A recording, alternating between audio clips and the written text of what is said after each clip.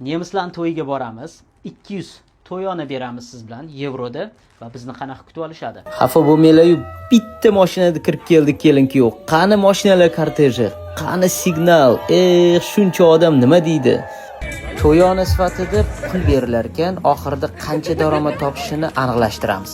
Kelin-kuyov stolni zo'r yasatishibdi, lekin stolda hech narsa bo'lmaydi. Bu yerda hammadan qizig'i ofitsiantlar ham bo'lmaydi.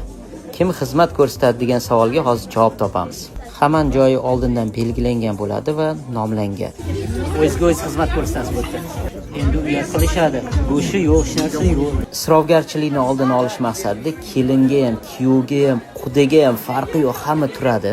O'zi xohlagan narsasini borib olib keladi.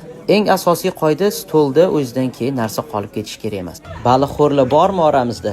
Menga o'xshab, siz nima olgan bo'lardingiz? Men baliqdan olaman. Ko'p ovarmaymiz, agar to'ymasak turib yana olib kelaveramiz. O'yin kulgi avjida mevalarni qarang. Mevaxo'rlar jangga deydimi? O'rmon mevalari hammasi bor. Fotosessiya hech kim uyat qilmagan, xafa bo'lmagan, hamma xursand, rasmga tushyapti.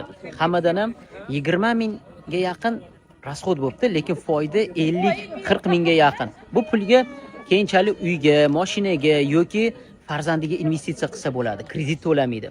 Mana shunaqa to'ylarni qo'llab-quvvatlaydiganlar bitta yurakchi. Kim qarshi bo'lsa, kommentariyalarni kutib qolaman.